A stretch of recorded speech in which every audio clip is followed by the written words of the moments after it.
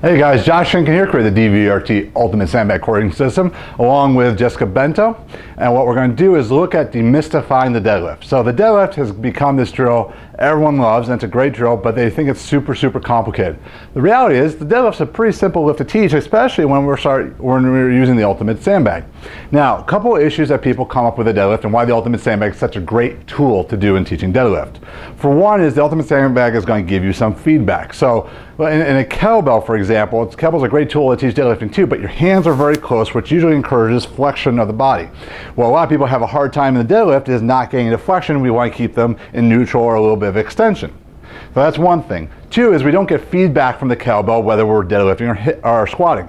So what we're going to do with the Ultimate Sandbag is show you how it gives us some feedback. So right off the bat, let's talk about that feedback mechanism. So we want the broad side of the Ultimate Sandbag to be right against Jessica's shins. When she goes down that deadlift, we're not even going to lift it yet, there should be a small gap between her knee and her forearm, as well as the fact that she shouldn't have her knees in between the handles. If her knees are in between the handles or pressing into her forearm, we know she's squatting. So right off the bat, we're getting some feedback. The Ultimate Sandbag should stay in contact with her shins and thighs the entire time. If it starts to drift away, you know you're probably squatting, or more than likely, you're starting to lock the knees. If you have to go around your knees, especially to come down, you know you're probably squatting. So let's talk about upper body. The great thing is, again, we get in a bear position.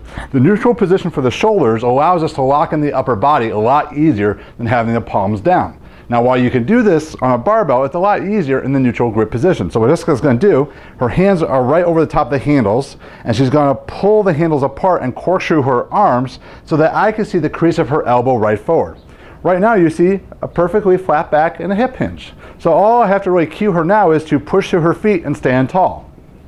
Now, keeping that tension in between her upper back, she's going to slide the USB down her body, and she's got this beautiful hip hinge going. She's got a nice job at keeping the chin in good neutral alignment, and boom, we have a wonderful deadlift.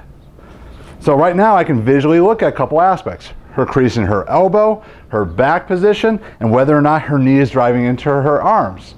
Really, the deadlift is not a complex exercise if you use the right tool and have the right educational system to understand what you're looking for. So I really hope that demystified the deadlift for you, and then you can see some of the deadlift progressions we go through over time to add layers of complexity to the movement pattern, which is the hip hinge. So we always want to look to progress movement over time. So check out more at dvrtfitness.com.